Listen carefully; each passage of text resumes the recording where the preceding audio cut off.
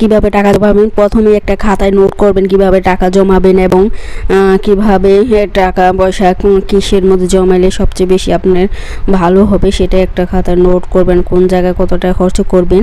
আসসালামু আলাইকুম ফ্রেন্ড, সবাই কেমন আছেন? আশা করি আল্লাহর মধ্যে সবাই ভালো আছেন, আমি আলহামদুলিল্লাহ অনেক ভালো আছি। তো জাপানি পদ্ধতিতে আজকে আপনি টাকা জমানোর কিছু পদ্ধতি বলবো, যে পদ্ধতিতে আপনি অনেক কোটি কোটি লাখ লাখ টাকা জমাইতে পারবেন। তো প্রথমেই আপনি খাতায় নোট করবেন কোন খাতে কোন জায়গায় কত টাকা আপনি খরচ করবেন, সেই অনুযায়ী আপনি প্রতিদিন কিভাবে আপনার আয় কতটুকু, মানে যেরকম আয় ঠিক সেরকমই আপনি ওই টাকা জমাবেন। প্রথমে আমি একটা নিলাম। প্রথম দেখুন এখানে একটা মাটির ব্যাগ না নিয়ে এখানে একটা আমি চানাচুরের ডিব্বা বা যে কোনো এক খালি ডিব্বা নেবেন। প্রথমে ফার্স্টে ধরেন আমি এক সপ্তাহে আমার 5 টাকা, এ সপ্তাহে আমার 5 টাকা আছে হাতে, তো আমি 5 টাকা জমালাম।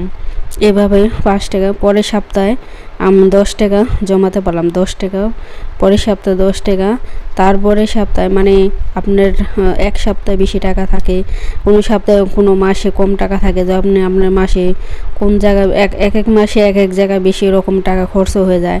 বা এক সপ্তাহে ধরেন আপনি ব্যবসা বাণিজ্য করেন, যদি আপনার ব্যবসায় ধরেন এই সপ্তাহে কম লাভ হলো, সেক্ষেত্রে আপনার 5 টাকায় জমাবেন, মানে আপনার যতটুকু পরিমাণে 1 টাকা হলেও জমাবেন। মানে এইভাবে 5 টাকা, 10 টাকা, 100 টাকা, 15 টাকা, 50 টাকা, মানে এভাবে প্রতি সপ্তাহে যদি আপনি যতটুকু পারেন ঠিক ততটুকুই। জাপানিরা কিন্তু এইভাবেই তারা টাকা পয়সা জমায়, বিশেষ করে মেয়েরা, জাপানি মেয়েরা, ছেলেদের থেকে মেয়েরা বেশি হিসাবই। মেয়েরা কিন্তু অনেক হিসাব করে চলে, তারা মানে সংসারের খরচ থেকে টাকা জমায়, একবারে তার স্বামীকেও বুঝতে দেয় না। যখনই তো স্বামীর বিপদ আপদ পড়ে বা টাকা পয়সার প্রয়োজন পড়ে, তখনই সে এই ডিব্বা থেকে টাকা বের করে দেয়। তো এটা বিপদ আপদের জন্য। তো এইভাবে আপনি করতে পারেন। স্বামীরা কিন্তু টাকা পয়সা জমাইতে পারে না, জমাইলে কিন্তু মেয়েরাই জমায়। তো আপনি প্রথম ধরেন চাকরি করে, কোনো জায়গায় চাকরি করে ধরেন এক মাসে আপনার খরচ বেশি, ধরেন এক মাসে আপনি অসুস্থ হয়ে পড়লেন, তখন কিন্তু আপনার অনেক টাকা প্রয়োজন। আর এখন বর্তমানে হসপিটালে বা যা ডাক্তার দেখাইলি 500 টাকা 1000 টাকা ভিজিট নেয়। তো সেক্ষেত্রে সবসময় তার মানুষ অসুস্থ হয় না, আল্লাহ তাআলা তো সবসময় মানুষকে অসুস্থ দেয় না, হয় সব পরিবারই। তো কোনো মাসে বেশি টাকা খরচ হয়ে যায়, আবার কোনো মাসে কম খরচ হয়ে যায়। তো সেই অনুযায়ী আপনি টাকা জমাবেন। আমি তো বলেই দিলাম প্রথম, ধরেন এই সপ্তাহ আপনার অন্য জায়গায় খরচ হয়েছে, ধরেন মেহমান আসলো বাসায়, মেহমান আসলে অনেক টাকা খরচ হয়ে গেলো, ধরেন আপনি 5000 টাকা বাজার করলেন, সেখান থেকে ধরেন আপনি 500 টাকা জমাইতে পারলেন।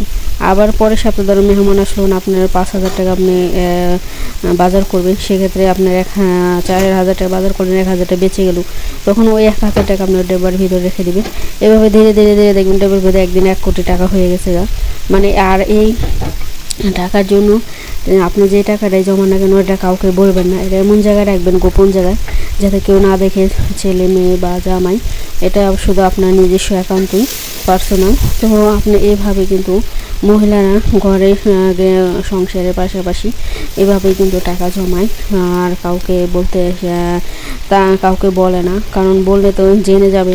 তখন যদি জানে কেউ, তখন কেউ প্রয়োজন পড়লে, ধরেন একজন তোকে টাকা ধার চাইতে এলো, তখন সে যদি জানে যে আপনার কাছে টাকা আছে, তাহলে না দিলে মন খারাপ করবে, বলবে যে আমার টাকা দিলেন না।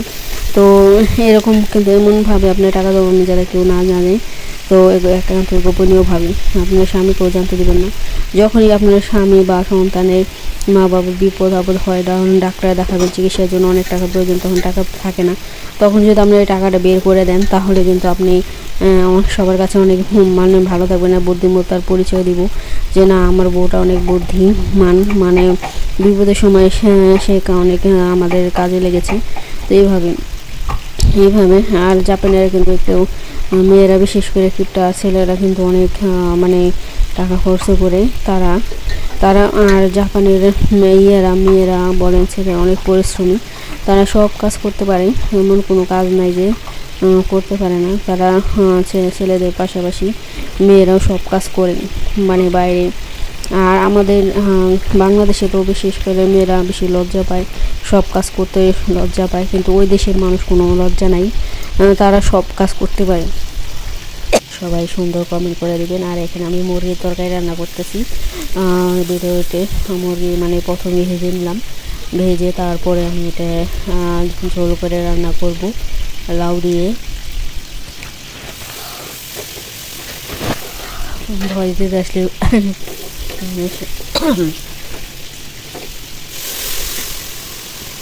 তো দেখুন আপনি মেয়েরা আসলে ছেলেদের থেকে মেয়েরা কিন্তু অনেক বুদ্ধিমান থাকে, মানে টাকা জমানোর জন্য স্মার্ট থাকে। ছেলেরা কিছু কিছু ছেলেরা অনেক মানে গোপনে টাকা জমায়। ধরেন অনেক ছেলেরা আছে, ধরেন সে মাসে 50,000 টাকা চাকরি করে, মানে অনেকে বলে না আমি 40,000 টাকা পাই, তখন 10,000 টাকা সে গোপনে জমায় তার অ্যাকাউন্টে, তো পরে সংসারের কাজে বা অন্য বিভিন্ন কাজে লাগায় টাকা।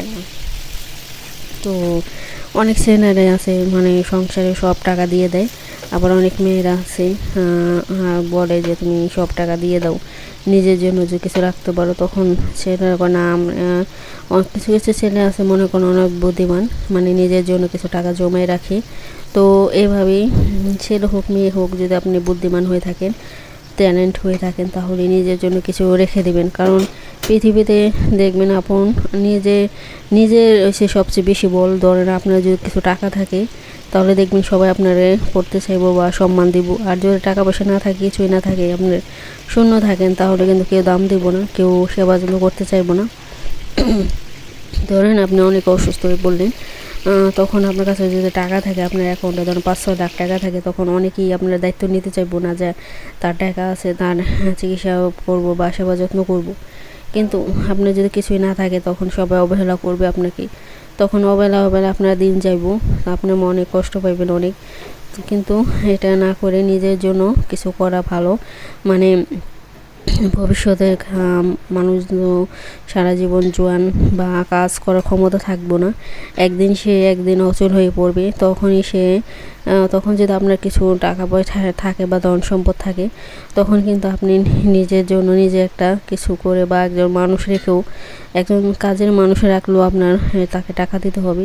তখন যদি আপনি নিজের টাকা দেন, তখন পরিবারের কারো বোঝা লাগবে না, মানে আপনার একটা সাহস থাকবে মনে, না যে আমার টাকা আছে, আমি আমার টাকা দিয়ে আমি সব করতে পারবো।